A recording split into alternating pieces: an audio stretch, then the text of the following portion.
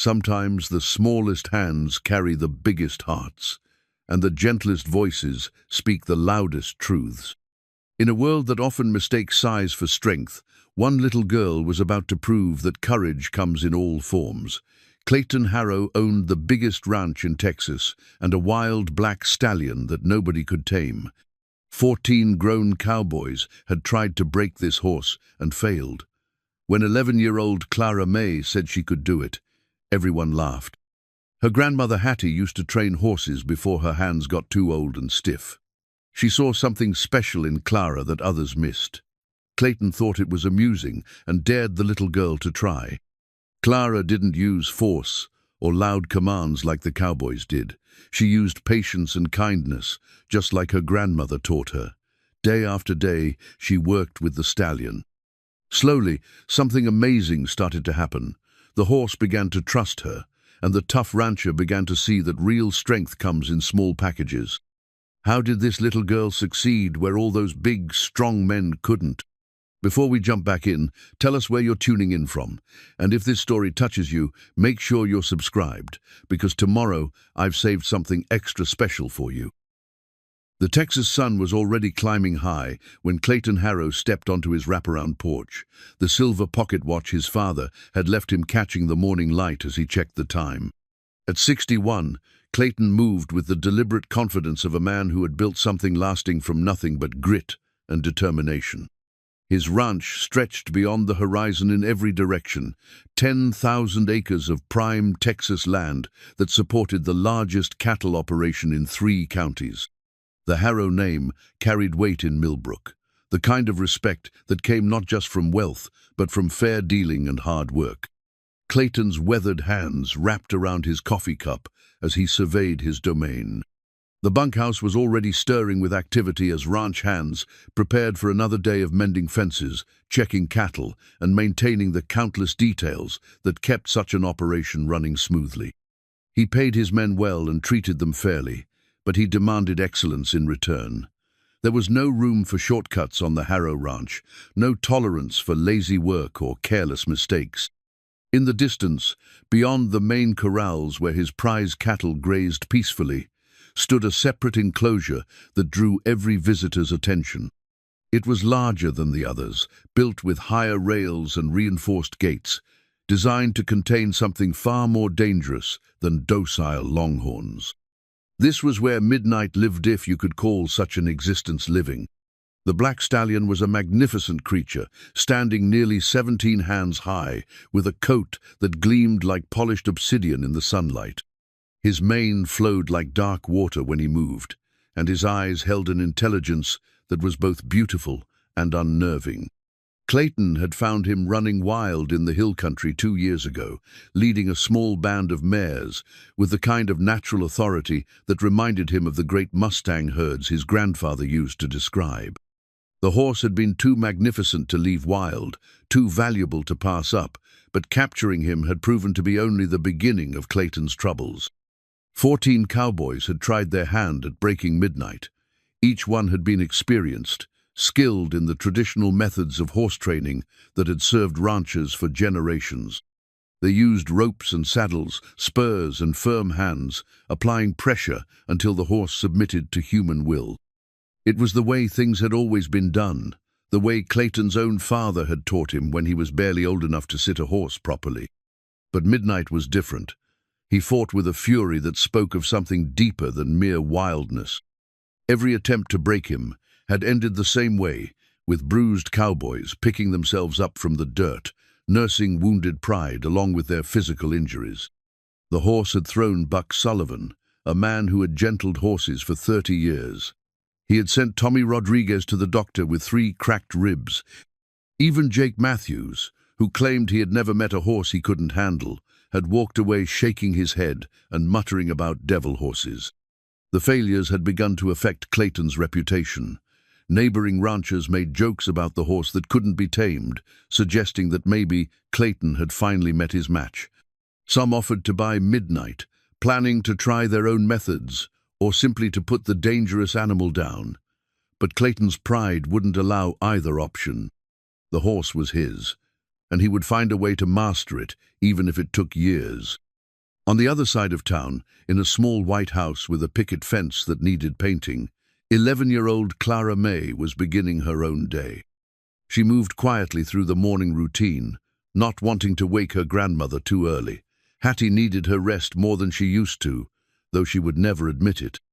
The arthritis in her hands had grown worse over the winter, making simple tasks like buttoning her dress or holding a coffee cup a daily struggle. Clara May had been living with her grandmother for 3 years now, ever since the accident that took both her parents. The grief had been overwhelming at first, a weight that seemed impossible for such small shoulders to bear.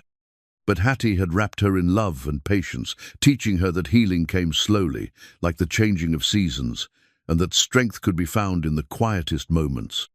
The little house was filled with memories of Clara's mother, Sarah, who had inherited her own mother's gift with animals.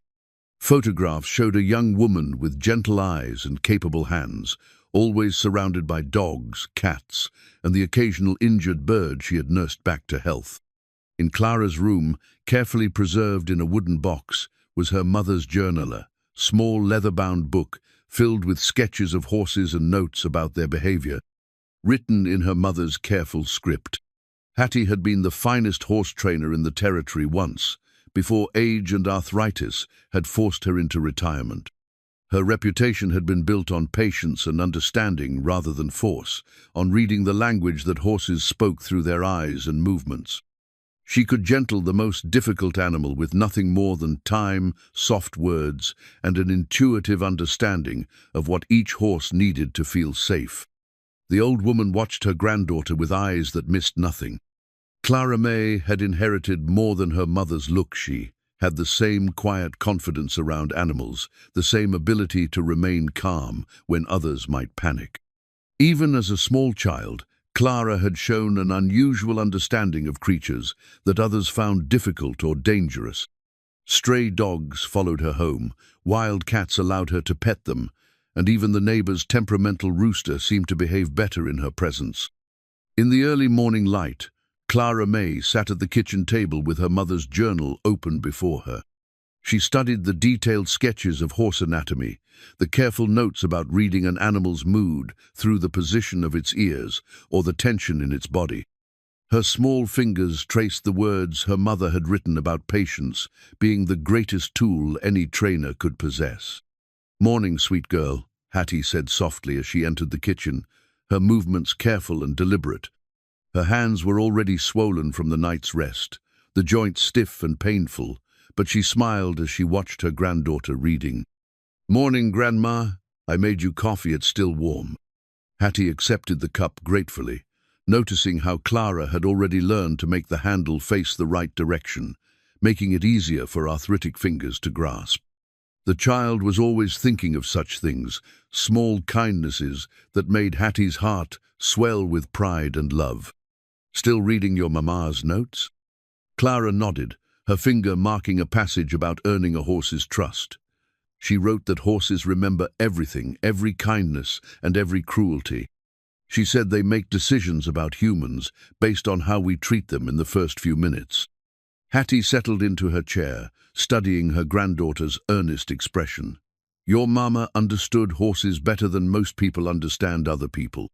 She had a gift, just like her mama before her. Do you think I have it too?" The question hung in the air between them, weighted with hope and uncertainty. Hattie reached across the table with her good hand, covering Clara's small fingers with her own weathered ones. "I think you have something even rarer, child. You have your mama's heart and your own strength. That's a powerful combination." As the morning progressed, the two made their way through their daily routine. Clara helped her grandmother with tasks that had become difficult: buttoning buttons, braiding hair, opening jars that resisted stiff fingers. In return, Hattie shared stories of the old days, when she had trained horses for ranchers throughout the county. The stories always captivated Clara, tales of difficult horses transformed through patience and understanding. There was the mare, who had been abused and wouldn't let anyone near her left side, until Hattie spent weeks earning her trust one gentle touch at a time. There was the Stallion, who had never been properly socialized and attacked anyone who entered his corral, until Hattie taught him that humans could be sources of comfort rather than threat. Every horse has a story, Hattie would say. Our job isn't to break them of their story, but to help them write a new chapter. By midday, the heat had driven most people indoors, but Clara May couldn't resist walking past the Harrow Ranch on her way to the general store. She had heard the talk about Clayton's problem horse, the magnificent stallion that no one could tame. The men in town spoke of it with a mixture of admiration and frustration, as if the horse represented some fundamental challenge to the natural order of things. Standing at the fence line, Clara May got her first look at Midnight. The horse was even more beautiful than the story suggested, but she could see something in his eyes that the Cowboys had missed. It wasn't just wildness or defiance, it was fear. Deep, abiding fear that had been reinforced by every failed attempt to break his spirit. The stallion noticed her watching and approached the fence with cautious curiosity. He had learned to be wary of humans, but something about this small, still figure was different. She didn't make sudden movements or loud noises. She simply stood and watched him with the same patient attention he gave to the world around him. Clayton noticed the girl from his office window and felt a mix of concern and irritation. Children had no business near Midnight's corral. Horse was too dangerous, too unpredictable. He was about to call out a warning when something stopped him. The horse was calm, more relaxed than Clayton had seen him in months. Instead of pacing or snorting challenges, Midnight stood quietly at the fence, his dark eyes fixed on the small girl who seemed unafraid of his reputation. For several minutes, girl and horse regarded each other in silence. Then Clara May did something that made Clayton's breath catch in his throat. She reached into her pocket and pulled out an apple, holding it flat on her palm as she extended it toward the fence. Midnight's nostrils flared as he caught the scent, and slowly, carefully, he stretched his neck forward to accept the offering. The moment lasted only seconds, but Clayton recognized its significance. Midnight had taken food from the child's hand, something he had never done with any of the experienced cowboys who had tried to train him. There was something about this little girl that spoke to the horse in a language the grown men didn't understand. As Clara May walked away, Clayton found himself thinking about what he had witnessed. The child couldn't be more than 11 or 12, barely tall enough to see over the fence rail. Yet she had accomplished in moments what 14 seasoned cowboys had failed to achieve in 2 years. It planted a seed of possibility in his mind, though he wasn't yet ready to acknowledge what it might mean. That evening, as Clara May helped her grandmother prepare dinner, she couldn't stop thinking about the magnificent stallion. In her mother's journal, she found passages about horses that had been labeled untrainable, animals whose fear and pain had been mistaken for meanness. Her mother had written about the importance of seeing past the surface behavior to the hurt underneath. "Grandma," Clara said as they sat down to eat, "what do you know about Mr. Harrow's black horse?" Hattie paused, her fork halfway to her mouth. "Midnight? I know he's caused a lot of good men a lot of trouble. Why do you ask?" "I saw him today. He took an apple from my hand." The older woman set down her fork, her expression growing serious. "Clara May, that horse is dangerous. 14 cowboys have tried to break him, and everyone came away hurt or humbled. Promise me you won't go near that corral again." But Clara May was already lost in thought, remembering the intelligence in the stallion's eyes, the gentleness with which he had taken the apple from her palm. She had felt no danger, only a deep sadness that seemed to emanate from the beautiful creature like heat from a fire. "He's not mean, Grandma. He's scared." Hattie studied her granddaughter's face, seeing something there that reminded her powerfully of Sarah at the same age. The same certainty, the same instinctive understanding of what an animal needed. It was a gift that couldn't be taught, only recognized and nurtured. Scared animals are often the most dangerous, child. Fear makes creatures do things they wouldn't normally do. But fear can be healed, can't it? Mama wrote that trust is like a bridge, you have to build it one plank at a time. As night fell over Millbrook, 2 very different people lay in their beds, thinking about the same horse. Clayton Harrow stared at the ceiling of his large, empty house, the silver pocket watch ticking steadily on his nightstand. He thought about the child at the fence, the way Midnight had responded to her presence. Perhaps there was another way, something he hadn't considered in his determination to break the horse's will. In her small room, Clara May held her mother's journal close to her chest, her mind filled with images of the magnificent Stallion.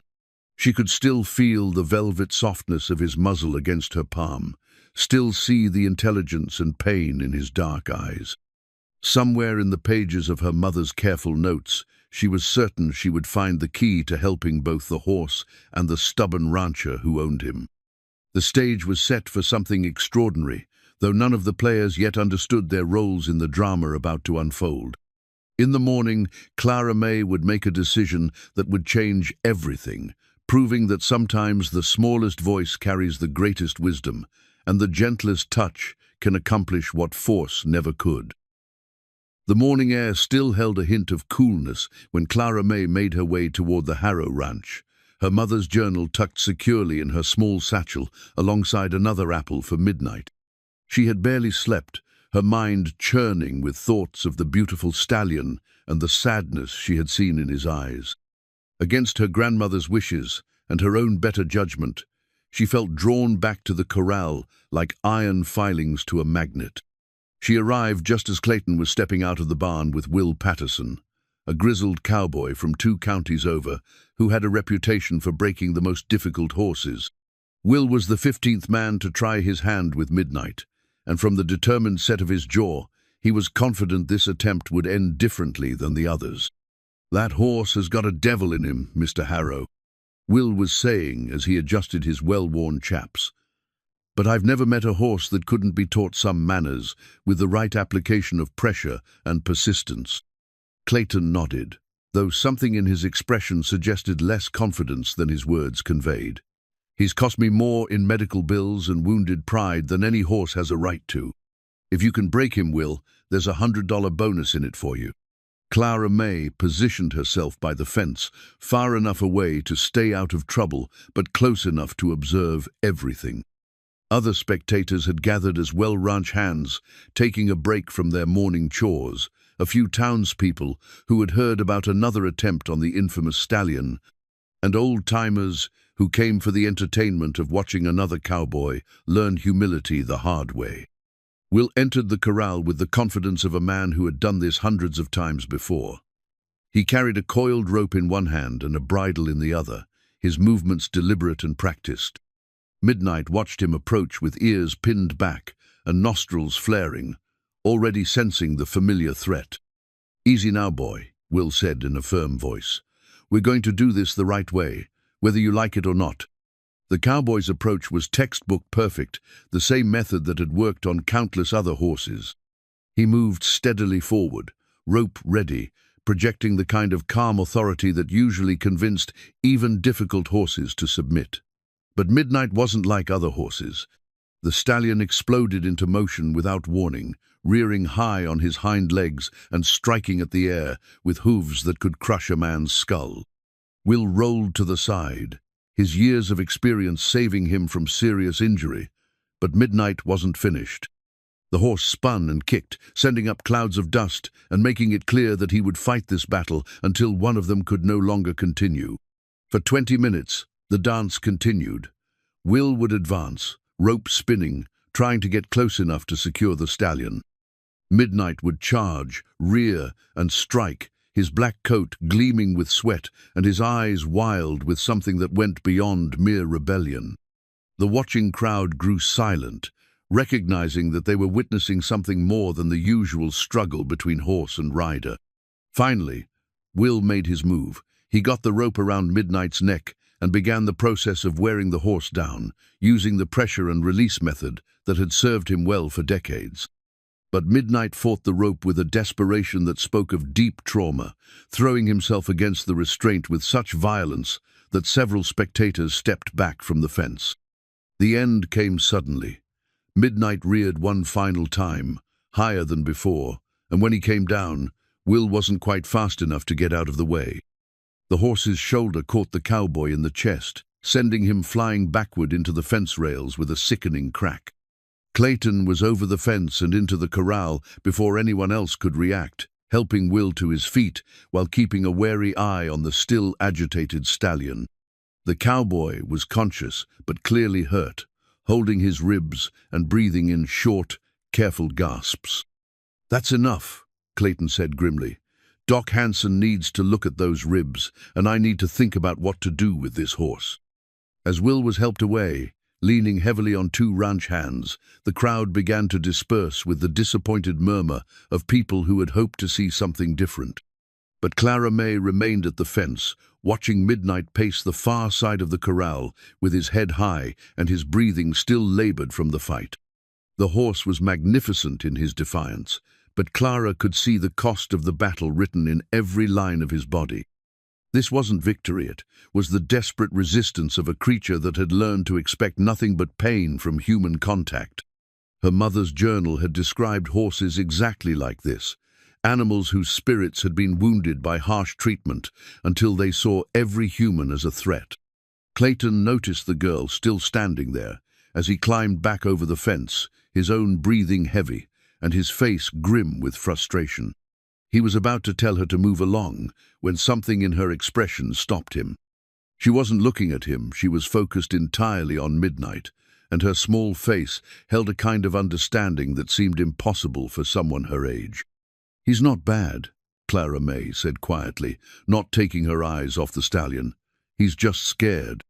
Clayton followed her gaze to where Midnight stood, sides heaving, sweat darkening his black coat. "Scared or not, he just put another good man in the hospital. That horse is dangerous, little girl. You shouldn't be here." "My grandmother used to train horses," Clara May continued as if he hadn't spoken.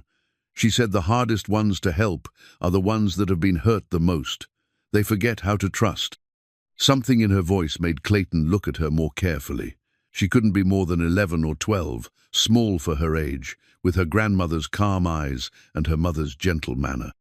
But she spoke about horses with a certainty that reminded him of the old-timers who had learned their craft through decades of experience. "Your grandmother would be Hattie Morrison," Clayton said, recognition dawning. "I remember hearing about her work with difficult horses years back." Clara May nodded, finally turning to meet his eyes.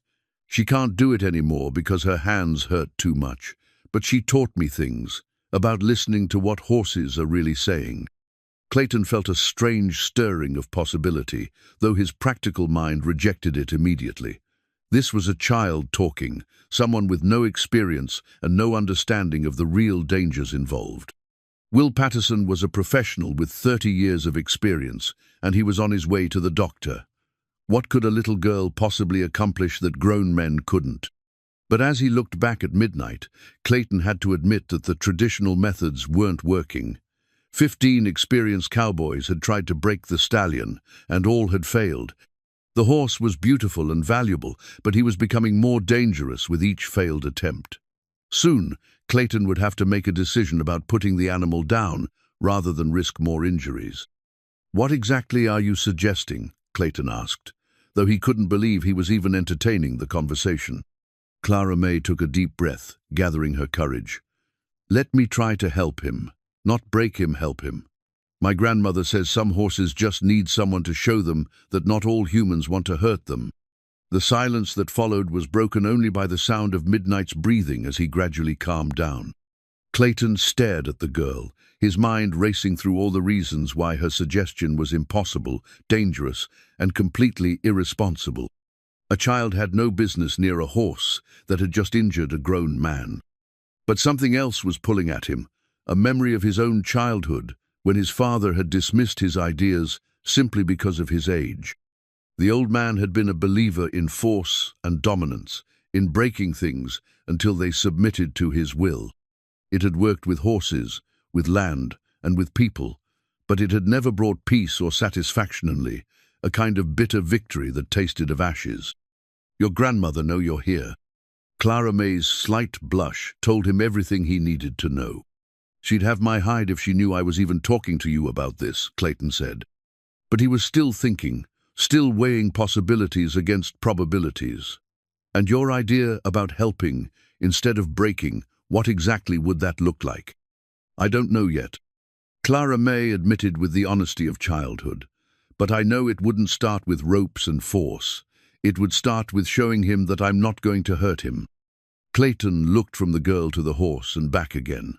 Every practical instinct told him to send her home and find someone else to take the dangerous stallion off his hands. But something deeper, something that had been stirring since he watched her feed Midnight the apple, whispered that maybe there was another way. "This is crazy," he said, more to himself than to her.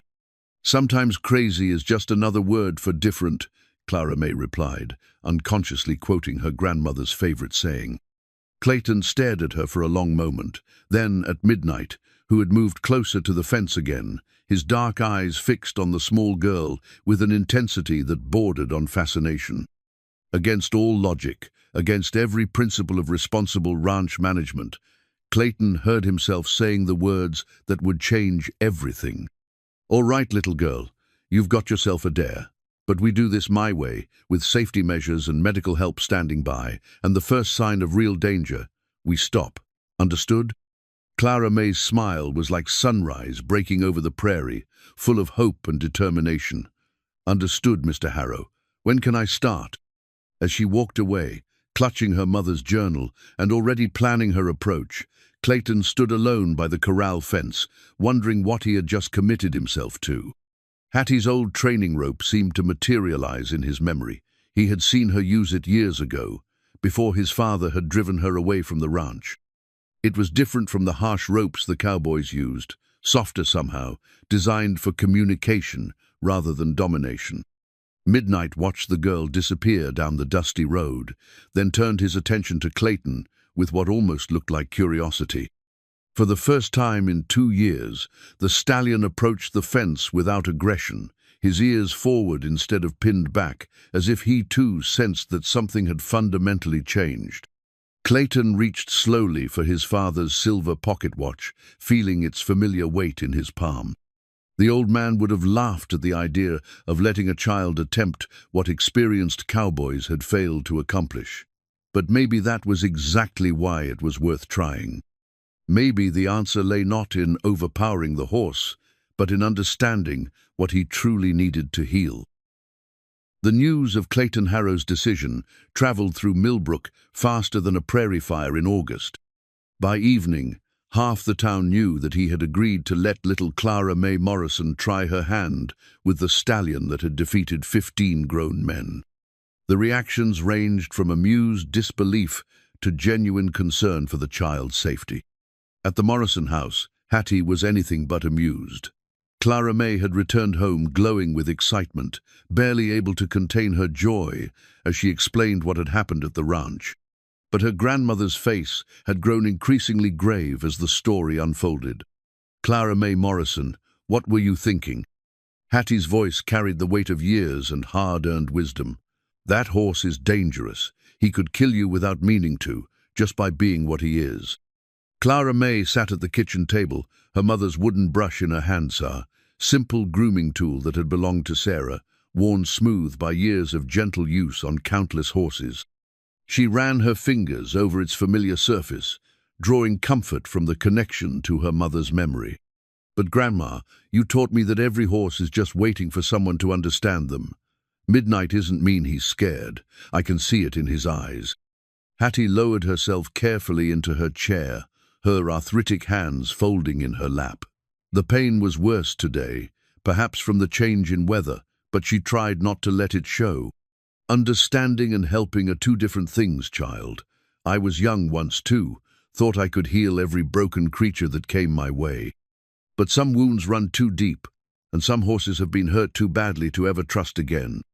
Mama's journal says that trust is like planting seeds," Clara May said softly.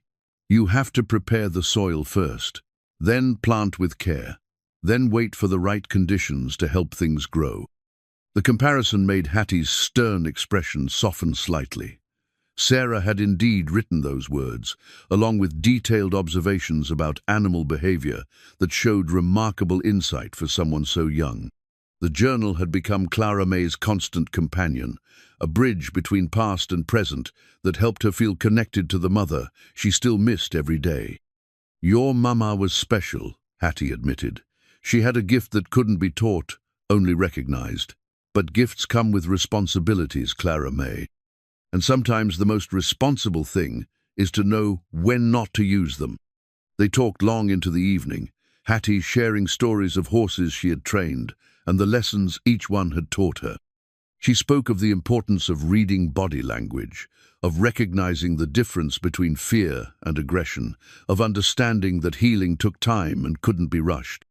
Clara May listened intently, absorbing every detail while absently stroking her mother's brush. The next morning, Clara May arrived at the Harrow Ranch, just as the sun was painting the eastern sky in shades of gold and pink. Clayton was waiting for her by Midnight's corral, his expression a mixture of determination and doubt. The stallion stood in the far corner, watching their approach with wary intelligence. "Changed your mind yet?" Clayton asked, though his tone suggested he hoped she hadn't. "No, sir. I brought something that might help." Clara May pulled her mother's wooden brush from her satchel, its worn surface catching the early light. "Mama always said that horses understand intention better than words. If I approach him with tools meant for caring, instead of controlling, he might respond differently." Clayton nodded slowly, remembering Hattie's gentle methods from years past. He had arranged for Doc Hanson to be on standby, and two of his most trusted ranch hands were positioned nearby, though far enough away not to spook the horse. Every precaution had been taken, but he still felt the weight of responsibility settling on his shoulders like a heavy coat. Clara May approached the corral fence with the same quiet confidence she had shown the day before. Midnight's ears flicked forward at her approach, and she took it as a good sign. She pulled an apple from her pocket, not as bait or bribe, but as an offering of friendship. "Good morning, Midnight," she said softly, her voice carrying no demand or expectation. "I brought you something, but only if you want it." The stallion stood motionless for several long minutes, every muscle tense as he evaluated this small human who spoke so differently from the others. Clara May made no attempt to reach through the fence or call him closer. She simply stood there, patient as the sunrise, letting him make his own choice. Slowly, almost reluctantly, Midnight began to move toward the fence. His steps were careful, ready to retreat at the first sign of threat, but something about the girl's stillness seemed to reassure him. When he reached the fence, he stretched his neck cautiously toward the offered apple. Clayton held his breath as the horse's soft muzzle brushed against Clara May's palm. The contact was brief, gentle, nothing like the violent encounters he had witnessed with the Cowboys. Midnight took the apple delicately, crunching it thoughtfully while keeping his dark eyes fixed on the girl's face. "He's beautiful," Clara May whispered, not taking her eyes off the stallion, "but he's carrying so much hurt. Look at how he holds his head, always ready to defend himself." Clayton found himself studying the horse with new eyes, seeing details he had missed before. Midnight's posture was indeed defensive, his weight balanced to bolt or fight at a moment's notice. The constant tension in his muscles spoke of a creature that had never learned to relax, never experienced the peace that came with feeling truly safe. "What do you see that we missed?" Clayton asked, genuinely curious. Clara May was quiet for a moment, watching as Midnight finished his apple and took a careful step closer to the fence. "He wants to trust. See how he keeps coming closer, even though he's scared. Something inside him remembers what it was like before people hurt him." Over the following days, Clara May established a routine. She would arrive each morning just after sunrise, bringing an apple and her mother's brush, spending time simply being present with the horse. She never demanded anything from him, never tried to rush the process. Some days Midnight would approach the fence readily. Other days he would watch her from a distance, testing whether her patient presence was consistent. The town's interest in Clara May's progress grew with each passing day. Ranch hands would find excuses to work near Midnight's corral, hoping to witness some breakthrough. Townspeople would detour past the Harrow Ranch on their errands, curiosity overcoming their skepticism. Even the local newspaper sent a reporter to document the unusual experiment. But the most interested observer was Clayton himself. He found his daily routine increasingly organized around Clara May's visits, emerging from his office to watch her gentle interactions with the stallion. Her approach was unlike anything he had ever seen. No ropes, no pressure, no attempt to assert dominance. She simply offered Midnight the choice to trust, day after day, with the patience of someone far beyond her years. "Your granddaughter has a rare gift," Clayton told Hattie when she visited the ranch to check on Clara May's progress. The older woman had been reluctant to come, still worried about the danger, but her curiosity had finally overcome her caution.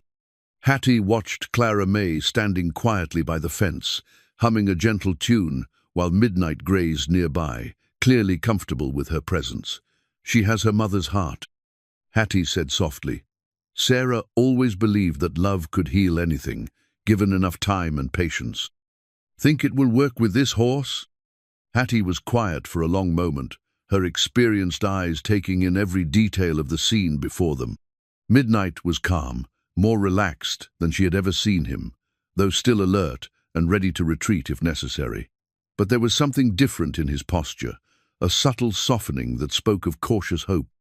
"I think," Hattie said carefully, "that we're about to find out whether a little girl's faith is stronger than a wild horse's fear." As the sun climbed higher in the Texas sky, Clara May continued her patient vigil, her mother's brush ready in her hand for the day when Midnight would trust her enough to allow that first, crucial touch. The healing had begun, though none of them yet understood how profound the transformation would be. By the end of the first week, Clara May had established a rhythm with Midnight that amazed everyone who witnessed it. Each morning, she would arrive with her small satchel containing an apple, her mother's brush, and a carved wooden horse that her father had made for her during one of his last visits home. The little toy horse had been a comfort to her during the darkest days after her parents' death, and now she placed it on the fence post each day as a gentle reminder to Midnight that not all human intentions were harmful. The contrast between Clara May's approach and the methods used by the 15 cowboys couldn't have been more striking. Where the men had relied on ropes, spurs, and firm commands, Clara May used only her voice, her presence, and an infinite well of patience that seemed to flow from some deep understanding of what the horse truly needed. "Watch how she moves," Hattie instructed Clayton as they observed from a respectful distance.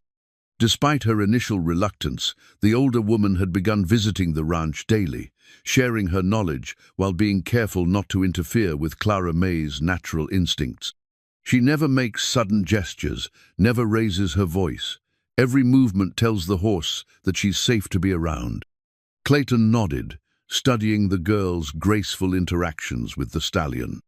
Clara May had succeeded in getting Midnight to take apples directly from her hand, and yesterday she had been able to reach through the fence and gently touch his neck for the first time. The moment had lasted only seconds, but it represented more progress than any of the professional trainers had achieved in weeks of trying. "How did she learn to read him so well?" Clayton asked, genuinely puzzled. "She's just a child." Hattie smiled, her weathered hands folding around the warm coffee cup Clayton had brought her. The morning was cool, and her arthritis was particularly troublesome, but watching her granddaughter work with the horse brought a warmth that had nothing to do with the temperature. "Children see things differently than adults," Hattie explained. "They haven't learned yet that some things are supposed to be impossible." Clara May looks at Midnight and sees a frightened creature who needs kindness, not a problem to be solved through force. The truth of those words was evident in every interaction between girl and horse. Clara May would spend long minutes simply standing by the fence, humming soft melodies that seemed to calm Midnight's restless energy. She had begun bringing her mother's journal with her, reading aloud the gentle observations about horse behavior that Sarah had recorded years earlier. "Mama wrote that horses are like mirrors," Clara May told Midnight during one of these reading sessions, her voice carrying clearly across the corral. "They reflect back whatever energy we bring to them. If we come with anger or fear, they become angry or afraid. But if we come with peace and patience, they can learn to feel those things too." The stallion had taken to standing close to the fence during these one-sided conversations, his ears forward and his breathing relaxed. Sometimes he would rest his chin on the top rail, as close to Clara May as the barrier would allow, seeming to find comfort in her gentle presence. Clayton found these moments particularly moving. His own relationship with horses had been built on dominance and control, the way his father had taught him, and his father before him. It was effective in its way, but it had never produced the kind of peaceful partnership he was witnessing between Clara May and Midnight. "Makes me wonder what I've been doing wrong all these years," he confided to Hattie during one of their morning observations. "Not wrong," Hattie corrected gently. "Just different. Your way works with horses that haven't been damaged. But Midnight is special. He's been hurt so deeply that he needs healing before training can even begin." The healing process wasn't without its setbacks. On the 8th day, a sudden thunderstorm rolled across the prairie just as Clara May was reaching through the fence to stroke Midnight's neck. The crack of thunder sent the stallion into a panic, and he reared backward so violently that Clara May had to scramble away from the fence to avoid being struck by his flailing hooves. Clayton was beside her in seconds, his heart pounding with the realization of how close they had come to disaster. "That's it," he said grimly. "This was a mistake. I should never have—" "No," Clara May's voice was firm despite the tremor in her hands. "He's not angry with me. He's just scared of the storm. Look at him." Clayton followed her gaze to where Midnight stood trembling in the center of the corral, his eyes wide with fear but focused on Clara May rather than the threatening sky above. The horse was frightened, but he hadn't retreated to the far corner as he would have during his encounters with the Cowboys. Instead, he seemed to be seeking reassurance from the small girl who had shown him such consistent kindness. "It's okay, Midnight," Clara May called softly, pulling her carved wooden horse from her pocket and holding it up where he could see it. "Storms are scary, but they always pass. I'll stay right here with you until it's over." And she did. Despite Clayton's protests and the driving rain that soaked through her clothes, Clara May remained by the fence until the storm passed, her voice steady and calm as she continued talking to the frightened stallion. By the time the sun emerged from behind the clouds, Midnight had moved back to the fence, drawn by the unwavering presence of the one human who had never failed to keep her promises to him. The incident marked a turning point in their relationship. Over the following days, Midnight began to show signs of genuine trust. He would follow Clara May along the fence line as she walked, his head extended over the rails as if trying to stay as close to her as possible. When she brought her mother's brush and showed it to him through the fence, he allowed her to run it gently along his neck, the first time anyone had been able to groom him since his capture.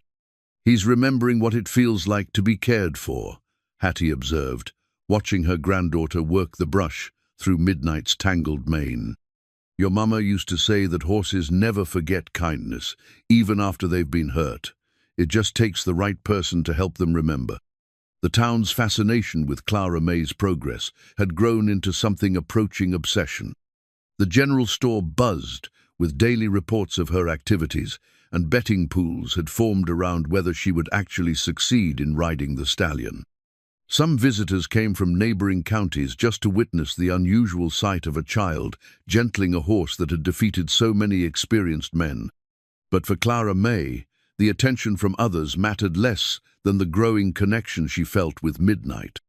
Each day brought new small victories, a longer touch, a more relaxed posture, moments when the horse seemed to actively seek her companionship rather than merely tolerate her presence. "Do you think he'll ever let me ride him?" she asked Hattie one evening as they sat on the porch, the day's work behind them. Hattie was quiet for a long moment, her experienced eyes thoughtful. "I think," she said finally, "that if anyone can earn that level of trust from him, it will be you. But remember, child-true partnership isn't about making a horse do what you want. It's about creating a relationship where the horse wants to do those things because he trusts you completely." Clara May nodded, understanding the distinction even at her young age. She had never sought to dominate Midnight or force him into submission. Her goal had always been simpler and more profound, to show him that not all humans were sources of fear and pain, that some could be trusted to offer comfort and companionship instead.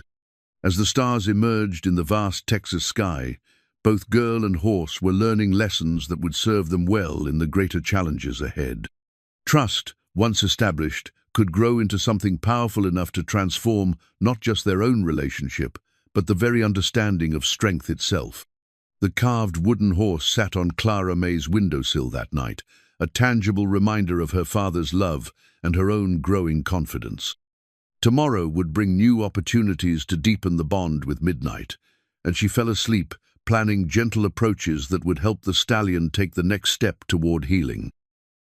3 weeks into Clara May's work with Midnight, the transformation was remarkable enough to draw visitors from as far away as San Antonio. Word had spread through the ranching community about the little girl who was accomplishing what seasoned professionals had failed to achieve, and Clayton found himself hosting a steady stream of curious onlookers who came to witness the phenomenon for themselves. But it was Clara May's progress with the halter that truly captured everyone's attention. For the past week, she had been showing Midnight the soft leather headpiece that Hattie had specially made for him, not the harsh rope halters the Cowboys had used, but something crafted with the same gentle philosophy that guided Clara May's entire approach.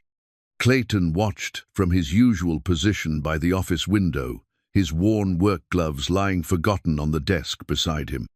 Those gloves had seen decades of hard labor, had guided countless ropes, and held firm against the struggles of horses being broken to his will. They represented everything about his hands-on, forceful approach to life. But lately, he found himself leaving them behind more often, his hands free and open as he observed Clara May's gentle methods.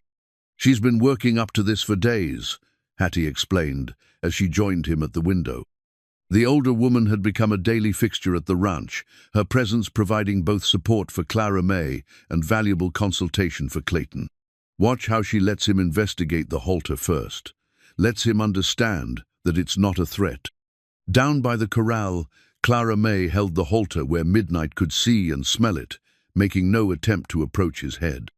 The Stallion was curious but cautious, stretching his neck to sniff the leather while keeping his body positioned for a quick retreat if necessary. "Your mama always said that trust is built in layers," Clara May told Midnight softly, her voice carrying the patient wisdom that had become her trademark. "First you trust that I won't hurt you. Then you trust that I might help you feel better. Today, maybe you can trust that this thing I'm holding is safe too." The halter represented weeks of careful preparation. Clara May had started by simply carrying it with her, letting Midnight see it as part of her daily routine. Then she had begun letting him sniff it, touch it with his nose, even play with it when his curiosity overcame his caution. Each step had been taken at Midnight's pace, with no pressure or forced timeline. Clayton found himself thinking about his own relationship with control and patience.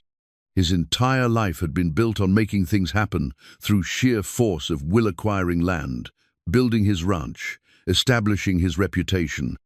When obstacles arose, he met them head-on, overwhelming them with determination and resources. It was an approach that had served him well in business, but watching Clara May work with Midnight was teaching him that some things couldn't be conquered, only invited.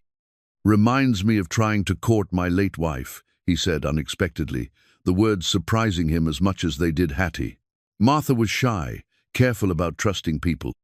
I kept bringing her flowers and trying to impress her with grand gestures, but what finally won her over was just spending time together, letting her see that I was safe to be around." Hattie smiled, recognizing the parallel. Some hearts need to be wooed rather than won. Horses are like that too, they respond better to invitation than to demand. Down in the corral, Clara May was making her first real attempt at placing the halter on Midnight's head. She had positioned herself at his shoulder, the safest place to be if he decided to spook, and was slowly lifting the leather toward his pole. Midnight's ears flicked nervously, but he didn't pull away. "That's it," Clara May whispered, her movements deliberate and careful. "Just like putting on a hat, nothing scary about it." The first attempt failed when Midnight suddenly threw his head up, startled by a bird that flew overhead. But Clara May didn't react with frustration or disappointment. She simply lowered the halter and waited, humming the gentle melody that had become their shared language of comfort. "Patience like that can't be taught," Hattie observed. "It has to come from understanding what really matters." Clayton nodded, remembering his own impatience during business negotiations, his tendency to push when patience might have served him better. "What does matter, in your opinion?" "The relationship," Hattie said simply. "Clara May isn't trying to put a halter on a horse. She's asking a friend to trust her with something that makes him vulnerable. There's a world of difference between those two things." As if to prove Hattie's point, Midnight lowered his head and stepped closer to Clara May, clearly indicating that he was ready to try again. This time, when she lifted the halter, he stood perfectly still, allowing her to slip it gently over his ears and buckle it beneath his jaw. The moment was electric with significance. For the first time since his capture, Midnight was wearing a halter by choice rather than force, his acceptance of it representing a level of trust that went far beyond mere submission. Clara May's face glowed with quiet triumph. Not the victory of conquest, but the joy of partnership, freely given. "Well, I'll be damned," Clayton breathed, then immediately apologized for his language in front of the ladies. But Hattie was too moved to care about propriety. Tears tracked down her weathered cheeks as she watched her granddaughter gently stroke Midnight's neck, the halter finally in place after weeks of patient work. "Sarah would be so proud," she whispered. The success with the halter opened new possibilities. Over the following days, Clara May began teaching Midnight to lead, using the same patient methods that had served her so well. She never pulled on the rope or demanded that he follow her. Instead, she would take a step and wait, allowing him to choose whether to join her. The process was slow, but steady. Midnight learned to walk beside Clara May around the perimeter of the corral, his steps measured and calm. He had begun to trust not just her presence, but her guidance, understanding that following her lead brought no pain or fear. Clayton found these sessions particularly mesmerizing. The sight of the massive Stallion walking peacefully beside the small girl challenged everything he thought he knew about the relationship between humans and horses. There was no dominance being displayed, no submission being demanded, just two beings choosing to move together in harmony. "Makes me wonder about a lot of things," he confided to Hattie during one of their daily observations. "About how I've been doing business, managing the ranch, dealing with people. If a little girl can accomplish this much through kindness and patience, what have I been missing all these years?" Hattie studied his face, seeing genuine introspection rather than casual curiosity. "It's never too late to learn new ways, Clayton. The question is whether you're willing to be as patient with yourself as Clara May has been with Midnight." That evening, as Clara May carefully removed the halter from Midnight's head, another trust exercise that required the horse to believe she would always give back what she had been allowed to take, Clayton made a decision that surprised even himself. He approached the corral fence with his hands empty, no gloves, no rope, no tools of control. "Mind if I try feeding him an apple?" he asked Clara May, his voice carrying a humility that would have amazed anyone who knew his usual commanding presence. Clara May smiled, recognizing the significance of the request. "Just remember what we talked about. Let him decide if he wants it. Don't try to make him take it." Clayton nodded, accepting the apple she offered him. As he stood quietly by the fence, waiting for Midnight to approach, he felt something shifting inside himself, a loosening of the tight control he had maintained over everything in his life for so many years. Perhaps there was wisdom in allowing things to unfold naturally rather than forcing them to conform to his will. When Midnight finally approached and gently took the apple from his palm, Clayton felt a surge of something he hadn't experienced in decades: wonder. The simple act of being chosen rather than obeyed opened a door in his understanding that would never quite close again. The morning Clara May first climbed onto the corral fence and sat facing Midnight marked a turning point that no one had quite expected. For 4 weeks, She had worked patiently on the ground, building trust through gentle touches and consistent presence. But now, with Hattie's hand-drawn training manual spread open beside her on the fence rail, she was ready to take their relationship to a new level. Hattie's training manual was a treasure trove of wisdom accumulated over decades of working with difficult horses. The pages were filled with detailed sketches of horse anatomy, behavioral observations, and notes about the psychological aspects of horse training that most cowboys never considered. It represented the accumulated knowledge of 3 generations of women who understood that true horsemanship was as much about empathy as it was about technique. "See how his ears are positioned," Clara May said softly, reading from one of her grandmother's detailed entries. "When they're forward like that, it means he's curious rather than afraid. Mama always said that curiosity is the bridge between fear and trust." Midnight stood beneath her, calm and attentive. The sight of the little girl perched on the fence no longer alarmed him. Instead, it seemed to intrigue him. He had learned to associate her elevated position with the gentle grooming sessions that followed, when she would lean over to brush his neck and mane with the patient thoroughness that had become his daily comfort. Clayton watched from a respectful distance, marveling at how Clara May had transformed not just Midnight's behavior but the entire atmosphere around the corral. Where once there had been tension and the expectation of violence, now there was a sense of peaceful purpose.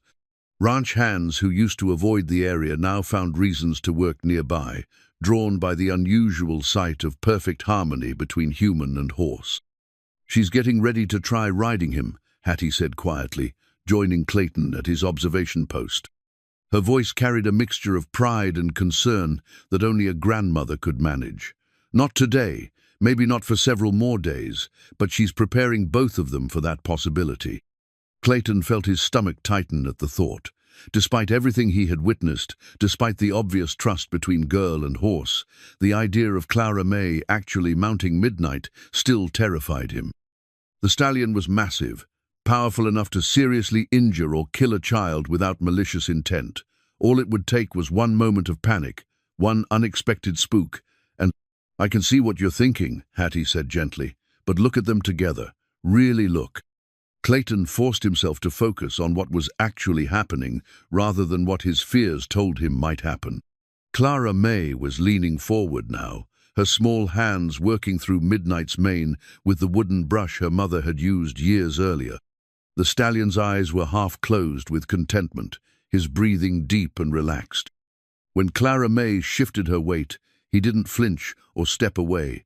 He turned his head slightly to nuzzle her leg, as if seeking more contact rather than less. "He's not the same horse," Clayton admitted, the words coming out as barely more than a whisper. "Neither are you," Hattie observed with the directness that came with age and wisdom. "A month ago, you would have been shouting orders and making demands about safety protocols.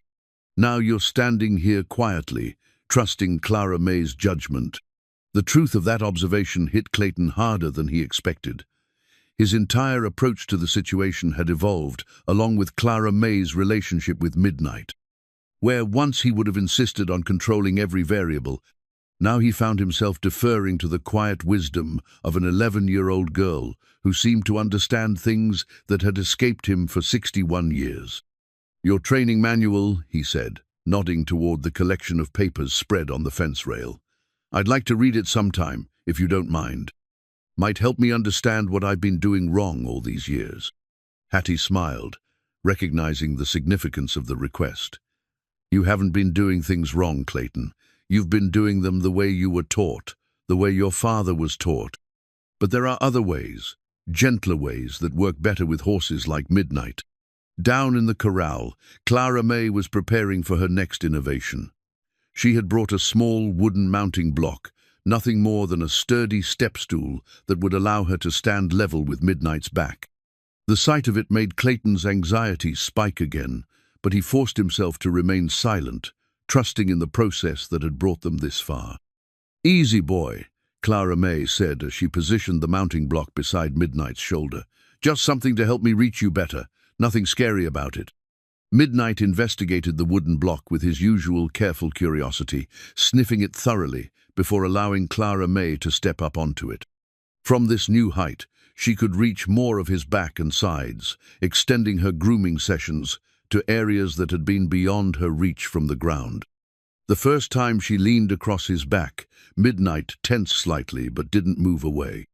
Clara May waited patiently until he relaxed again, then slowly increased the pressure until she was resting her full weight across his spine. The Stallion stood like a statue, accepting this new intimacy with the calm acceptance that had become his default response to Clara May's innovations. "That's it," Clara May whispered, her voice filled with wonder at what they were achieving together. "You're so brave, Midnight, so strong and gentle." Clayton found himself holding his breath as Clara May gradually worked her way to a position where she was lying across Midnight's back, her legs dangling on either side. The horse remained perfectly still, his trust in the girl so complete that he seemed to understand exactly what she needed from him. "Tomorrow," Hattie said quietly, "she'll probably try sitting up." The words sent a chill through Clayton, but he didn't voice his concerns. Instead, he found himself thinking about his own journey over the past month, how his understanding of strength and leadership had evolved. Watching Clara May work with Midnight had taught him that true power often lay in restraint, that the greatest victories came not from imposing one's will, but from creating conditions where others chose to cooperate. That evening, as Clara May carefully cleaned and put away her mother's brush, she found Clayton waiting by the corral fence. His expression was thoughtful, almost vulnerable in a way that reminded her of Midnight during those first tentative days of trust-building. "Clara May," he said carefully, "I want you to know that watching you work with Midnight has been one of the most remarkable things I've ever witnessed. You've accomplished something I didn't think was possible." "He did most of the work," Clara May replied with the modesty that had characterized her entire approach. "I just showed him that I was safe to be around. Once he believed that, everything else followed naturally." Clayton nodded, understanding for the first time that what he had been witnessing wasn't training in any traditional sensate, was healing. Clara May hadn't broken Midnight's spirit or forced him to submit. Instead, she had created a space where his natural gentleness could emerge from beneath the layers of fear and mistrust that his earlier experiences had created. "Do you really think you'll be able to ride him?"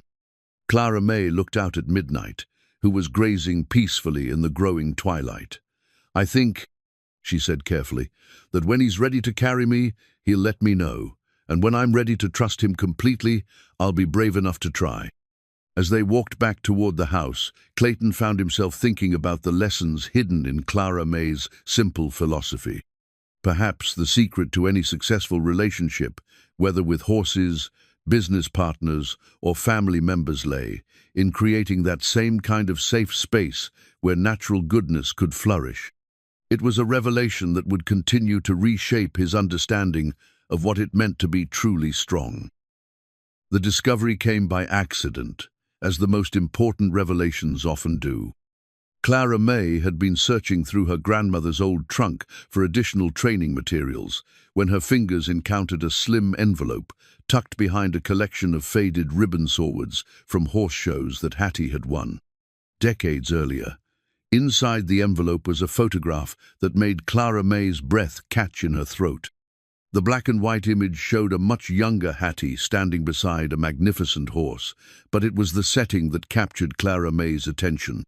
In the background, clearly visible, was the distinctive barn and corral system of the Harrow Ranch. The photograph was dated 1925, and on the back, written in Hattie's careful script, were the words, "Thunder and me after winning the county championship. Mr. Harrow Sr. was so proud." Clara May stared at the photograph for several long minutes, her mind racing to understand what she was seeing. Her grandmother had worked for Clayton's father. She had trained horses right here on this very ranch. Why had Hattie never mentioned this connection? And why had she seemed so reluctant to help with Midnight if she had once been successful here? When Hattie returned from her afternoon nap, she found Clara May sitting at the kitchen table with the photograph spread before her like evidence in a trial. The older woman's face went pale when she saw what her granddaughter had discovered. "Grandma," Clara May said quietly. "Why didn't you tell me you used to work for Mr. Harrow's family?" Hattie lowered herself slowly into her chair, her arthritis suddenly seeming less significant than the weight of memories she had hoped to keep buried. For a long moment, she simply stared at the photograph, her weathered fingers tracing the edges as if she could touch the past through the faded image. "That was a long time ago, child. A different life, before your grandfather and I were married, before your mother was born. I was barely 20. Thought I knew everything there was to know about horses." "But you did know," Clara May pressed gently. "Look at all those ribbons. You were famous for your training methods." "Famous until everything went wrong," Hattie said bitterly, the words carrying decades of pain. "Until Clayton's father decided that my gentle ways were too slow, too soft for his ranch." The story came out slowly, piece by painful piece. Hattie had been the finest horse trainer in 3 counties, known throughout Texas for her ability to work with difficult animals. James Harrow, Clayton's father, had hired her specifically to work with his most challenging horses, recognizing that her methods produced better results than the harsh breaking techniques favored by most ranchers. For 3 years, Hattie had worked at the Harrow Ranch, developing the training philosophy that would later be passed down to Clara May through her mother. She had been happy there, successful, building a reputation that attracted clients from across the state. She had even begun to think that James Harrow respected her enough to make her a permanent part of his operation. Then came the accident that changed everything. "There was a horse," Hattie continued, her voice growing softer with the weight of memory. "A beautiful bay mare named Starlight. She had been abused by her previous owner, beaten and mistreated until she was terrified of everything. Mr. Harrow wanted me to gentle her for his daughter, who was about your age at the time." Clara May listened intently, understanding that she was hearing the story that explained everything: why Hattie had been reluctant to help with Midnight, why she had retired from training despite her obvious skill, why there had always been a shadow of sadness in her grandmother's eyes when horses were mentioned. "I had been working with Starlight for weeks," Hattie continued. "She was making progress, slowly learning to trust again, but James Harrow grew impatient. He said I was taking too long, that his daughter wanted to ride the mare for the county fair, and there wasn't time for my soft methods." The confrontation had been swift and brutal. James Harrow had brought in a cowboy, known for his ability to break horses quickly, regardless of the methods required. Hattie had protested, arguing that Starlight wasn't ready for harsh treatment, that forcing the process would undo weeks of careful work. "He told me to step aside," Hattie said, her voice barely above a whisper, "said that a woman's gentle ways had no place on a working ranch, so I watched while that cowboy tried to break Starlight the hard way." The mare had panicked under the rough treatment, fighting with the desperation of an animal that had learned to expect pain from humans. In the struggle, she had thrown herself against the corral fence with such violence that she broke her leg. James Harrow had been forced to put her down that same day. "He blamed me," Hattie said, tears now flowing freely down her cheeks. "Said if I had trained her properly instead of coddling her, she would have been ready for real work. He fired me that afternoon, told everyone in the county that my methods had made the horse dangerous." Clara May felt her own eyes fill with tears as she understood the full weight of what her grandmother had carried all these years. The guilt, the self-doubt, the loss of confidence in the very methods that Clara May had been using so successfully with Midnight. "But it wasn't your fault," Clara May said fiercely. "You were helping her heal. Mr. Harrow's father was wrong to rush the process." "I've told myself that for 30 years, Hattie replied. "But there's always been a part of me that wondered if he was right, if I was too soft, too slow. That's why I didn't want you working with Midnight. I was afraid the same thing would happen again." The revelation cast everything in a new light. Clayton's interest in Clara May's progress, his willingness to let her try methods that his father would have scorned, his growing respect for the gentle approach that had once been rejected on his own ranchette, all made sense now. "Does Mr. Harrow know?" Clara May asked. "I don't think so. He would have been just a boy when it happened. His father probably never told him the details, just that he had once employed a trainer who failed with an important horse. That evening, Clara May made a decision that surprised even herself. She walked to the Harrow Ranch with the photograph in her hand, determined to share the truth with Clayton. She found him in his office, reviewing accounts by lamplight, and when she knocked on the door frame, he looked up with the warm smile that had become his default expression when he saw her. "Clara May, what brings you here so late?" She placed the photograph on his desk without a word, watching as his expression changed from curiosity to confusion to something approaching shock. He studied the image carefully, his eyes moving from the young woman to the horse to the unmistakable background of his family's ranch. "This is your grandmother," he said finally, not a question but a statement of growing understanding. "She worked here for 3 years," Clara May said quietly. "She trained horses for your father until something went wrong with a mare named Starlight." Clayton's face went pale as recognition dawned. He had heard the story of Starlight, though not from his father's perspective. His older sister had told him years later about the beautiful mare that had been promised to her, the horse that had died in a training accident that had broken her heart. "Dear God," he whispered, "Hattie Morrison. I should have recognized the name. Your father blamed her for what happened." Clara May continued, "But it wasn't her fault. She was trying to heal the mare's fear, and your father got impatient and brought in someone who used force." Clayton sat in stunned silence, the photograph trembling slightly in his hands. The pieces of a puzzle he hadn't even known existed were falling into place, explaining so much about the past month's events. No wonder Hattie had been reluctant to help with Midnight. No wonder she had seemed so protective of Clara May. No wonder the gentle methods had worked so well. They were being used in the very place where they had once been rejected. "My father was wrong," Clayton said firmly, the words carrying the weight of absolute conviction. "And I need to tell your grandmother that, properly, face to face." Clara May nodded, feeling a burden she hadn't realized she was carrying begin to lift from her shoulders. The truth had a way of setting things right, even after 30 years of silence.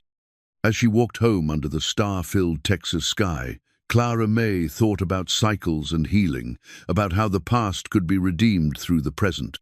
Tomorrow, she would continue her work with Midnight, but now she understood that she was healing more than just one horse's fear. She was helping to mend a wound that had festered for decades, proving that sometimes the most important victories were the ones that honored the memory of earlier defeats. The photograph had revealed the connection between past and present, but it had also illuminated the path forward. Hattie's gentle methods would finally receive the vindication they deserved, and Midnight would benefit from wisdom that had been tested by both failure and eventual triumph. The morning after Clara May's revelation about the photograph, Clayton Harrow stood on his porch before dawn, clutching his mother's lucky horseshoe, a small piece of iron that had hung above the kitchen door for as long as he could remember. His mother had always claimed it brought protection and good fortune to their family, but now Clayton wondered if its real power lay in the memories it carried of gentler times before his father's harsh methods had driven away the very wisdom they now desperately needed. He had barely slept, his mind churning with the implications of what Clara May had told him. Hattie Morrison hadn't just been any trainer, she had been the woman his father had wronged, the gentle soul whose methods had been rejected in favor of force and speed. The irony was almost unbearable. The very approach that was now succeeding with Midnight had once been deemed inadequate on this same ranch. At first light, Clayton made his way to the small white house where Hattie lived with Clara May. He found the older woman on her front porch, already dressed and waiting as if she had known he would come. Her hands were folded in her lap, and her expression carried the quiet dignity that had sustained her through 30 years of carrying an undeserved burden. "Mrs. Morrison," Clayton began, then stopped, realizing that formal address felt wrong, given what he had come to say. "Hattie, I owe you an apology that's 30 years overdue." Hattie studied his face, seeing genuine remorse in his weathered features. "You don't owe me anything, Clayton. You were just a boy when all that happened." "But I'm not a boy now." Clayton replied firmly. "And I'm man enough to admit when my family has done wrong. My father made a terrible mistake with Starlight, and an even worse one when he blamed you for his impatience." The conversation that followed was one of the most important of Clayton's life. Hattie told him the full story of her time at the ranch, the horses she had successfully trained, the philosophy she had developed about partnership rather than domination. Clayton listened with growing amazement, realizing that the gentle methods Clara May was using weren't innovations. They were the resurrection of a wisdom that had been lost when his father's pride had overruled his judgment. "I've spent the last month watching your granddaughter accomplish something miraculous," Clayton said, "and now I understand that what I was really seeing was your methods, passed down through your daughter to Clara May, the approach that should never have been rejected in the first place." Hattie's eyes filled with tears, but they were tears of healing rather than pain. "I've wondered for 30 years if I was wrong, if my gentle ways really were too soft for the real world. Watching Clara May with Midnight has been like seeing a prayer answered. There's something else," Clayton continued, his voice growing more earnest. "I want to make this right, properly. When Clara May succeeds with Midnight, and I believe she will, I want the whole county to know that she's using Hattie Morrison's training methods. I want your name restored to its rightful place in the history of horse training in Texas." The proposal was more than Hattie had ever dared hope for. Recognition, vindication, and most importantly, validation that her life's work had meaning beyond the single failure that had haunted her for so long. Clara May emerged from the house to find the two adults deep in conversation, their voices carrying the warmth of understanding rather than the tension she had feared. When they explained what they had discussed, her face lit up with joy that had nothing to do with her own success and everything to do with seeing her grandmother's honor restored. "Does this mean we can continue with Midnight?" she asked, though the question was really about whether the shadow of the past would continue to hang over their work. "It means," Clayton said with a smile, "that we're going to do whatever it takes to help you and Midnight succeed. And when you do, everyone will know that you were trained by the finest horse teacher Texas has ever produced." The next phase of Clara May's work with Midnight began with a new sense of purpose and support.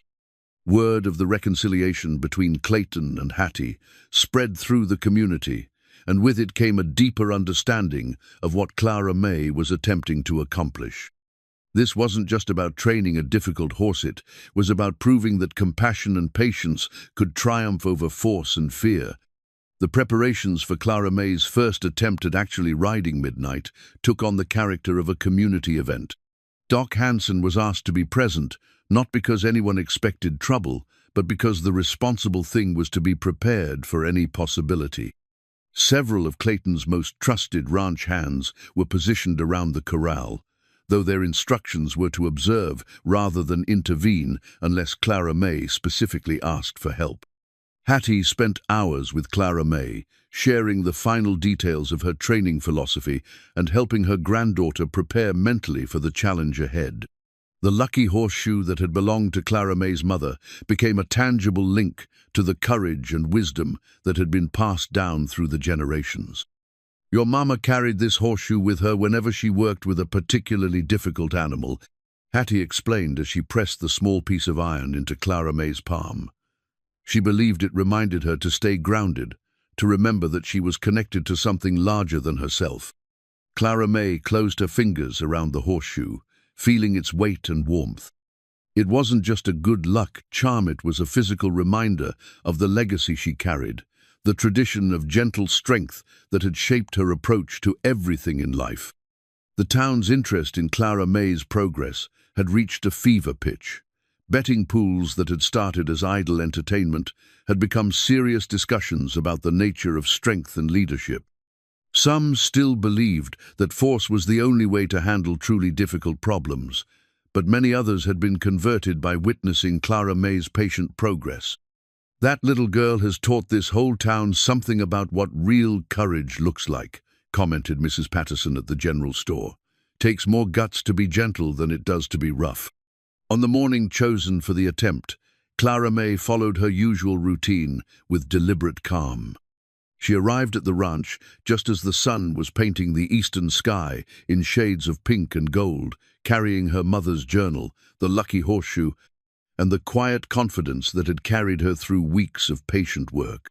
Midnight seemed to sense that this day was different. His usual calm acceptance of Clara May's presence carried an undercurrent of alertness, as if he understood that they were approaching a moment that would define their relationship forever. When she entered the corral, he approached her immediately, nuzzling her shoulder with the affection that had become their morning greeting. "Today's the day, isn't it, boy?"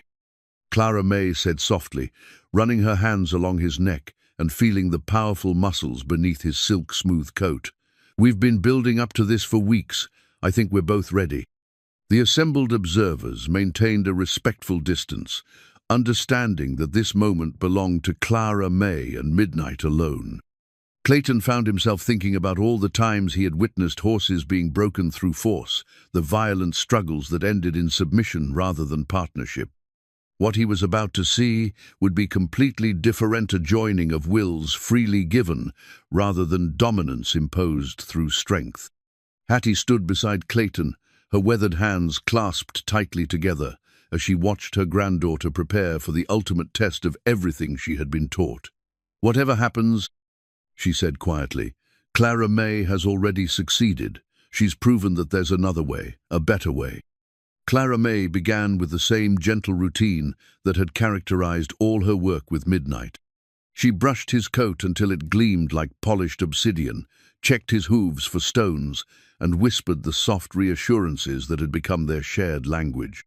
Each action was performed with the deliberate care of a ritual, honoring the trust that had been built between them through weeks of patient work. When she finally approached with the halter, Midnight lowered his head eagerly, accepting the familiar leather as readily as he accepted her touch. The lead rope that had once been a symbol of force and control had become a connection of communication and trust. Clara May attached it not to dominate, but to maintain the gentle contact that would guide their movements together. "We're going to try something new today," she told Midnight as she led him to the center of the corral. "I'm going to ask you to carry me, but only if you want to. If you're not ready, we'll wait until you are." The mounting block had been positioned carefully, offering Clara May the height she needed to settle gently onto Midnight's back. As she approached it, every person watching held their breath, understanding that they were about to witness either triumph or disaster, with very little middle ground between them. Clara May stepped onto the mounting block with the same careful deliberation that had characterized every aspect of her work with Midnight. The stallion stood perfectly still, his ears forward and his breathing steady. He had accepted her weight across his back before, but this would be different. This would be the moment when she asked him to carry her as a partner, rather than simply tolerate her presence. "Easy, boy," she whispered, her voice carrying the calm confidence that had never failed to reassure him. "We're in this together. Whatever happens, we'll face it together." As Clara May prepared to swing her leg over Midnight's back, the lucky horseshoe warm in her palm and her mother's wisdom guiding her movements, everyone present understood that they were about to witness something extraordinary. The success or failure of the next few minutes would determine not just whether a horse could be ridden, but whether patience and kindness could truly triumph over force and fear. The moment had arrived, and Clara May was ready to discover whether the trust they had built together was strong enough to carry them both into the future. The corral gate stood before them like a threshold between two worlds, the safe, contained space where Clara May and Midnight had built their trust, and the vast openness of the Texas range where that trust would face its ultimate test. For weeks, they had worked within the protective boundaries of the wooden fence, but now the moment had come to discover whether their partnership could survive in the wider world. Clara May's small hand rested on the gate latch, her mother's lucky horseshoe warm in her pocket, and Midnight standing calmly beside her. The stallion's head was lowered, his breathing steady, but she could sense the alertness in his powerful frame. He knew something significant was happening, could feel the tension radiating from the gathered observers, even if he didn't understand its source. "Are you ready, boy?" Clara May whispered, her voice carrying the same gentle confidence that had guided them through every challenge they had faced together. Time to show everyone what we've learned about trust. Clayton stood at the fence with Hattie, Doc Hanson, and several ranch hands, his heart pounding with a mixture of pride and terror. He had witnessed Clara May's patient progress for weeks, had seen the remarkable transformation in both girl and horse, but the thought of them leaving the safety of the corral still filled him with anxiety. Midnight was magnificent and gentle now, but he was still a powerful animal capable of unintentional harm. "She knows what she's doing," Hattie said quietly, recognizing the worry in Clayton's expression. "Clara May has earned his trust completely. He'll take care of her." The gate swung open with a soft creak that seemed unnaturally loud in the hushed morning air. Midnight's ears flicked forward at the sound, and for a moment Clara May felt him tense beneath her. But instead of the panic that might have seized him weeks earlier, the stallion simply paused, processing this new development with the thoughtful consideration that had become his characteristic response to uncertainty. "It's okay," Clara May murmured, her small hand gentle on his neck. "Just a bigger space to move in, nothing to be afraid of." She guided Midnight through the gate with the light touch on the lead rope that had become their primary means of communication. The stallion stepped carefully from the familiar confines of the corral into the open area beyond, his movements deliberate and controlled. The change in his posture was subtle but noticeable. His head rose higher, his steps became more purposeful, as if some deep memory of freedom was stirring within him. The watching crowd held its collective breath as horse and rider moved away from the safety of the enclosure. Clara May sat easily on Midnight's back, her slight form dwarfed by his massive size but somehow perfectly balanced, as if she belonged exactly where she was. The weeks of patient preparation were evident in every aspect of their partnership, the way Midnight responded to the lightest pressure from her legs, how Clara May moved with his gait rather than fighting against it. "Look at them," breathed one of the ranch hands, "moving like they were made for each other." For the first few minutes, everything went perfectly. Midnight carried Clara May in a smooth walk around the immediate area outside the corral, his steps confident and his demeanor calm.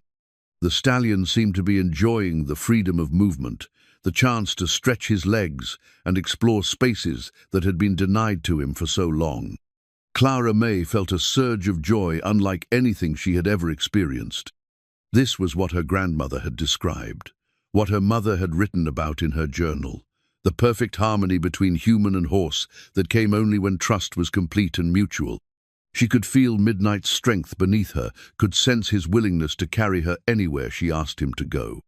But the Texas range was full of unexpected challenges, and even the most trusting partnership could be tested by circumstances beyond anyone's control. It happened without warning.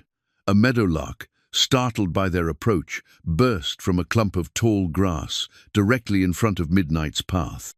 The bird's sudden flight and sharp cry triggered something primal in the stallion's memoria, reminder of the wild years when any unexpected movement could signal danger.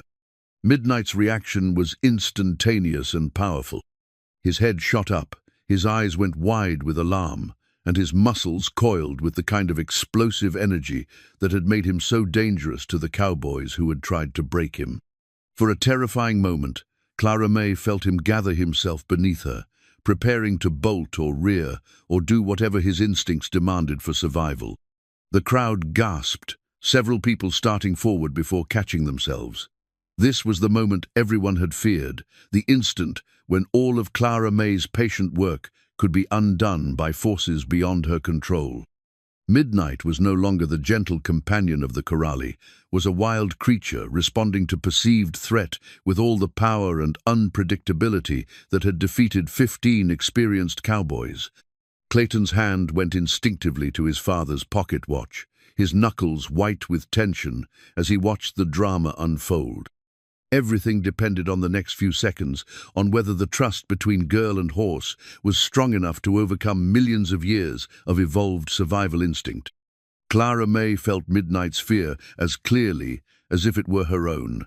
understood in that instant that this was the ultimate test of everything they had built together. Her own heart was racing, but her voice remained steady, carrying the same calm confidence that had never failed to reach him before. "Easy, Midnight," she said softly, her small hands gentle on his neck. "It's just a bird, nothing that can hurt us. We're safe."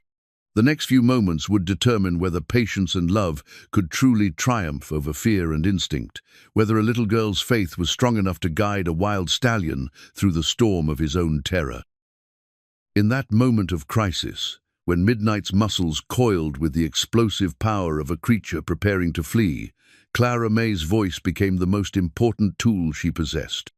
It wasn't just sound, it was the embodiment of every patient hour they had spent together. Every gentle touch, every moment of trust, carefully built and carefully maintained. Her steady voice carried the weight of their entire relationship, becoming the anchor that could hold them both, steady in the storm of instinct and fear. "Whoa, boy," Clara May said softly, her tone carrying no panic, despite the adrenaline coursing through her small body. "It's just me, Midnight. Just Clara May, and we're okay, we're safe." The stallion's entire frame trembled with barely contained energy, his head high and his nostrils flared as he processed the conflicting signals his senses were sending him. Every wild instinct screamed at him to run, to put distance between himself and potential danger. But Clara May's voice cut through the chaos with the clarity of absolute truth. Clayton started forward involuntarily, his protective instincts overriding his promise to let Clara May handle the situation herself. But Hattie's weathered hand caught his arm, holding him back with surprising strength. "Let her work," Hattie whispered urgently. "This is what we've been preparing for. Clara May knows what she's doing." The crowd of observers seemed frozen in time, every person afraid that the slightest sound or movement might trigger the explosion they all feared was coming. Doc Hansen had his medical bag ready. The ranch hands were positioned to intervene if necessary. But everyone understood that the next few moments belonged entirely to the girl and the horse. Clara May could feel Midnight's internal struggle as clearly as if it were her own. His muscles remained coiled, ready to unleash the power that could send her flying, but she also sensed something else, a deeper current of trust that ran beneath the surface fear. This was the horse who had learned to take apples from her hand, who had allowed her to brush his mane, who had carried her weight with gentle care. That horse was still there, fighting against the instincts that demanded flight. "Remember me, Midnight," Clara May continued, her small hands moving in slow, soothing strokes along his neck. "Remember how we learned to trust each other. Remember that I've never hurt you, never asked you to do anything that wasn't safe." The meadowlark's cry faded into the distance, but the echoes of alarm still reverberated through Midnight's nervous system. His breathing was rapid and shallow, his eyes wide with the kind of fear that could make even the gentlest animal dangerous. But Clara May's voice continued its steady reassurance, weaving a web of calm around them both. "We can go back to the corral if you want," she offered, her tone carrying no disappointment or pressure. "We can take as much time as you need. There's no hurry, no one demanding anything from you." This was the crucial difference between Clara May's approach and everything Midnight had experienced before. The Cowboys had demanded submission, had used force to overcome his resistance, had never given him the choice to refuse. But Clara May was offering him options, respecting his right to feel afraid while also showing him that he had alternatives to panic. Slowly, almost imperceptibly, Midnight's breathing began to settle. His head lowered slightly, though his ears remained alert and mobile, tracking every sound in their environment. The wild energy in his muscles gradually transformed from explosive potential into controlled power, like a spring slowly releasing its tension. "That's it," Clara May whispered, recognizing the shift in his posture. "You're remembering now. You're remembering that you can trust me." The transformation was gradual but unmistakable. Midnight's steps, which had been rigid with tension, became fluid again. His neck, which had been arched high with alarm, relaxed into the comfortable carriage that Clara May knew so well. Most importantly, his breathing settled into the deep, rhythmic pattern that indicated genuine calm rather than forced submission. Clayton felt his own breathing return to normal as he watched the crisis pass. What he had witnessed wasn't just good horsemanship, it was something approaching miraculous. Clara May had talked Midnight through his panic, using nothing but her voice and the strength of their relationship, proving that trust could indeed be stronger than instinct. "How did she do that?" Clayton asked in wonder, his voice barely above a whisper. "She showed him that he had a choice," Hattie replied, her eyes bright with tears of pride and relief. "Instead of trying to control his fear, she helped him work through it. That's the difference between breaking and healing." With the immediate crisis past, Clara May guided Midnight in a wide, gentle circle, allowing him to process what had happened, while maintaining the forward movement that demonstrated their partnership was still intact. The stallion moved with growing confidence, his trust in his young rider renewed and strengthened by the way she had handled his moment of panic. The watching crowd began to breathe again, murmurs of amazement and admiration rippling through the group. They had just witnessed something extraordinary, not the domination of a wild animal, but the triumph of communication over force, of patience over power. "Look at them now," breathed one of the ranch hands, moving like nothing happened, like they belonged together. As Clara May guided Midnight back toward the corral, both of them calm and confident, the true magnitude of what they had accomplished began to sink in. They had faced the ultimate test of their partnership and emerged stronger than before. The trust between them had been tested by genuine crisis and had proven unbreakable. The little girl and the wild stallion had become something greater than the sum of their parts. They had become proof that gentleness could conquer wildness, that patience could overcome fear, and that sometimes the smallest voice could speak the loudest truth. 3 months after Clara May's triumphant ride on Midnight, the Harrow Ranch had become a pilgrimage site for horse trainers and curious visitors from across Texas and beyond. But the most significant change wasn't in the number of people who came to witness the phenomenon. It was in the beautiful handcrafted bridle that now graced Midnight's head, a symbol of respect, partnership, and new beginnings that had replaced the harsh tools of dominance with instruments of communication. Clayton had commissioned the bridle from the finest leather worker in San Antonio, specifying that it be made with the softest materials and the gentlest design possible. Every piece of hardware was polished to a mirror shine, and the leather was oiled to butter-soft perfection. But the true beauty of the bridle lay not in its craftsmanship, but in what it represented, the rancher's acknowledgement that some relationships were built on mutual respect rather than imposed authority. "It's the most beautiful thing I've ever seen," Clara May had whispered when Clayton first presented it to her, her small fingers tracing the intricate patterns tooled into the leather.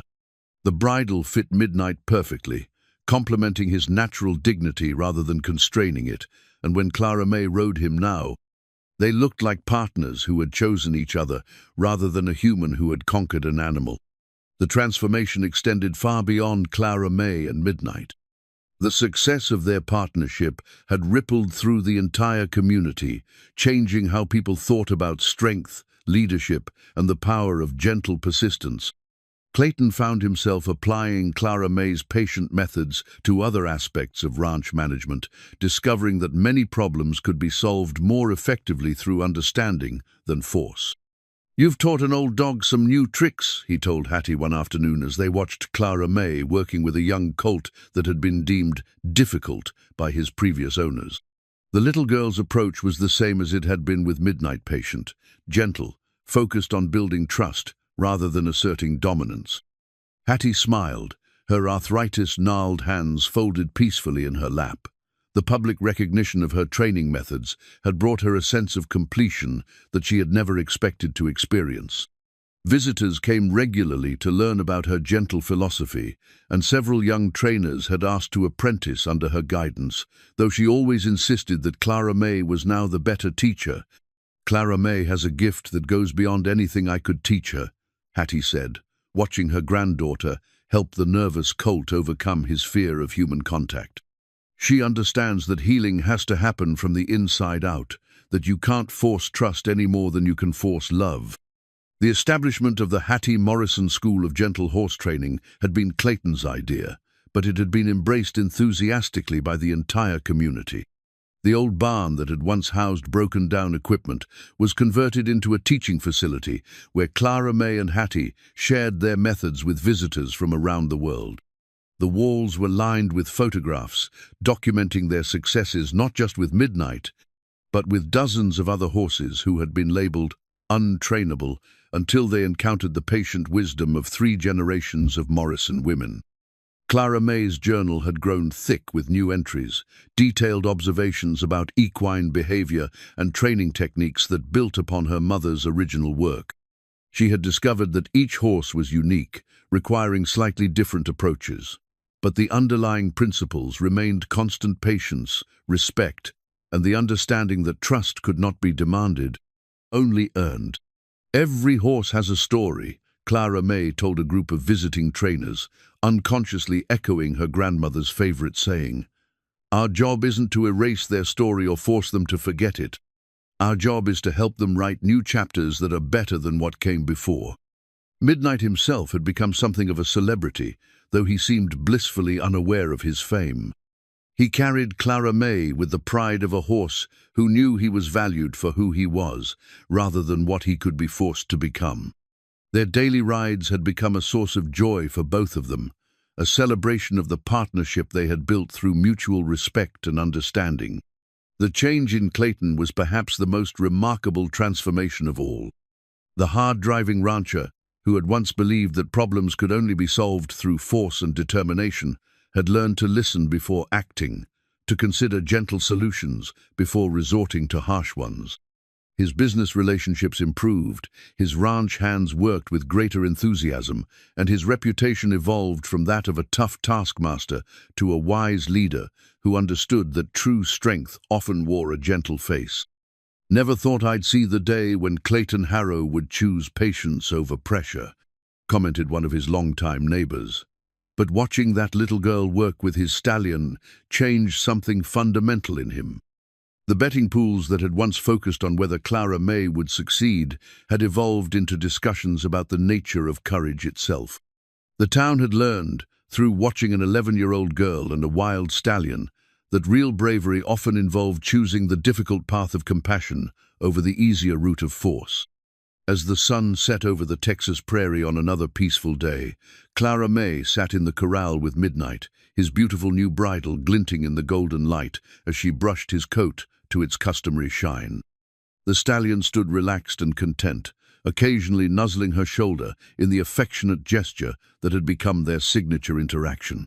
Hattie and Clayton watched from the fence, their friendship a testament to the power of forgiveness and the possibility of healing old wounds.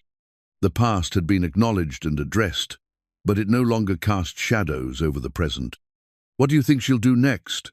Clayton asked, nodding toward Clara May as she worked with the patience and skill that had become legendary throughout the county. "Whatever needs doing," Hattie replied with a smile. "Clara May has learned that her gift isn't just for horse, it's for any creature that needs healing, any situation that requires patience instead of force."